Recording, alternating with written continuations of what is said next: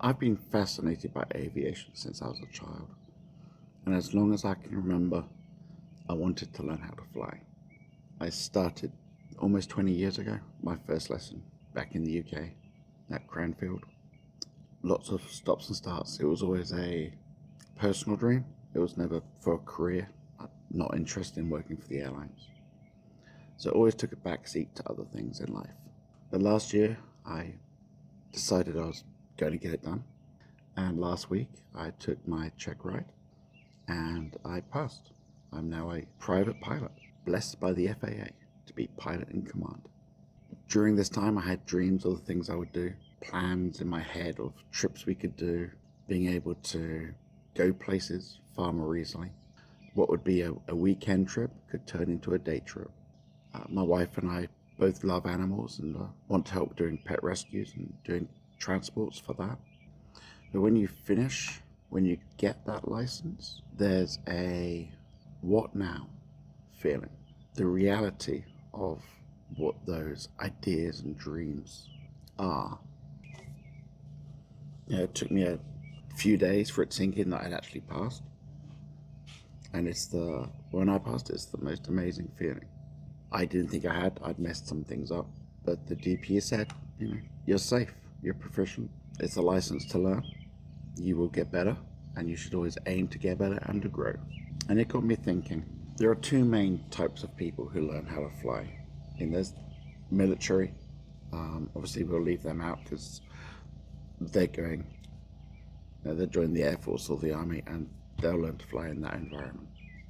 But in the civilian world, there are two main types of people who are learning to fly.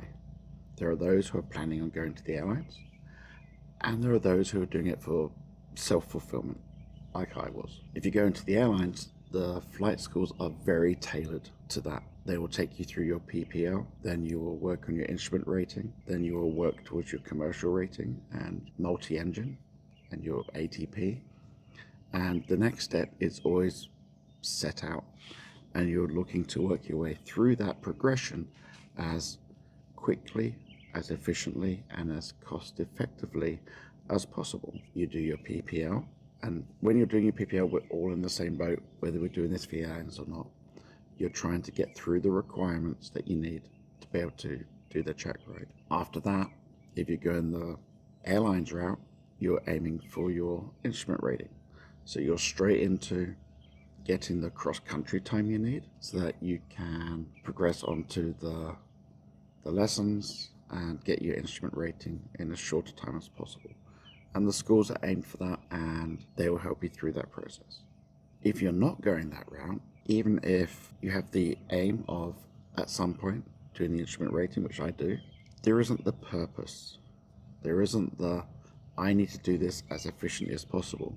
You want to do it because you're doing it because you enjoy it, and you're finding reasons to do those flights, because the justification is different. The justification isn't, I have to do this so that I can get onto the next step to do the commercial, to get a job. It's, I want to do this to improve my safety, my proficiency, my skills. But at the same time, you have to justify the expense, because flying is expensive.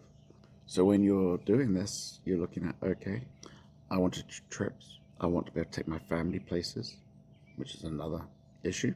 It's, if your family don't like flying, they don't enjoy flying, you may get agreement from them. You still have to convince them to actually get in the plane, and that can be hard. So you're looking for reasons to do the flights, and that can be the $100 hamburger. That can be, we're going on a trip. We're going to rescue animals. We're just going sightseeing. We're going to fly over our house. The question then becomes, what plane do you use? Your options are to rent from the school. You can join a flying club, or you can buy a plane. When you're first starting out, you're almost certainly going to be renting. Some people buy a plane during the training. Some people do join flying clubs, but for the majority of people, they're going to be renting. But this poses another problem, because the schools are there primarily to support their students. So they may have limits on how much you can rent the aircraft. They may limit you to a few hours. They want to ensure that the planes are available for their students. They want to ensure the utility of the aircraft. They want to ensure that the aircraft are being flown. They don't want somebody renting a plane for 3 days to do a trip, but only flying it for 2 or 3 hours, because that's all they'll get paid for, and they've lost all that revenue from the plane sitting at a different airfield not being utilized. And this comes back to when you're working on your cross countries for either your private or your instrument, and even a lot of the commercial, you're looking at flights which need to be 50 nautical miles between your departure and your destination. And a 50, 60 nautical mile flight can be done in an hour or two. So you're going to be having the plane for maybe 3 hours, which is fine for a trip to another field, hamburger meal, fly back, but doesn't allow for the longer trips that you may have planned. Flying clubs allow you to join. Same issue as with schools. You're trying to use an aircraft with other people. This means that weekends may be harder, around the holidays may be harder, depending on how many aircraft the flying club has. You'll need proficiency for the insurance for that.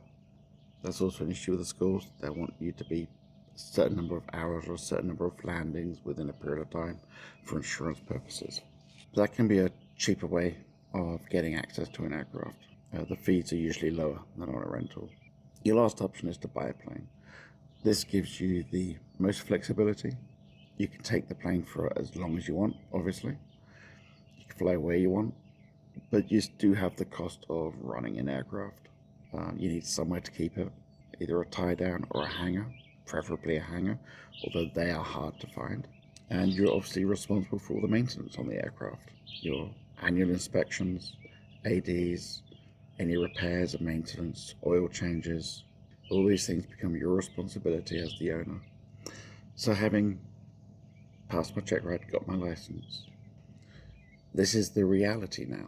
It's what next? How do I negotiate the next steps in my journey as a pilot to maintain proficiency, maintain currency, expand my horizons in terms of how far I've flown, the length of trips? What is my mission?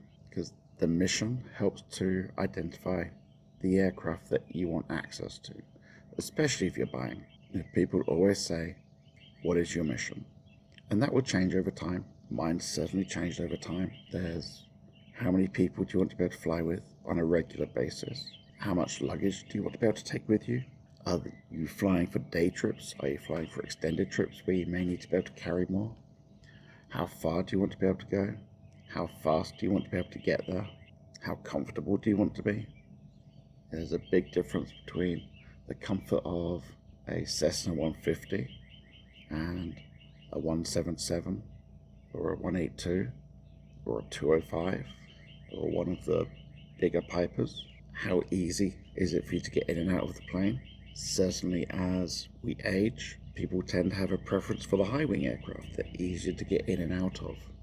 It's easier to step up into it and step down out than it is to sit down into the seat of a low wing and then try to pull yourself up. And all these things affect the price of aircraft. How old is it? What equipment does it have? All things that need to be negotiated, all things that need to be taken into consideration as you work out what are you doing next. How do you progress from getting your license and expanding into this world of aviation as part of your life? And that's what this channel's for. It's me recording my journey, passing on tips that I have or find out to you, and just recording my journey and my aeronautical experience as that expands and improves, and seeing where this journey takes us. But I think my first step has to be talking to my flying school, renting that plane, and deciding what my first trip is going to be as a certificated private pilot. And I'll let you know how that goes.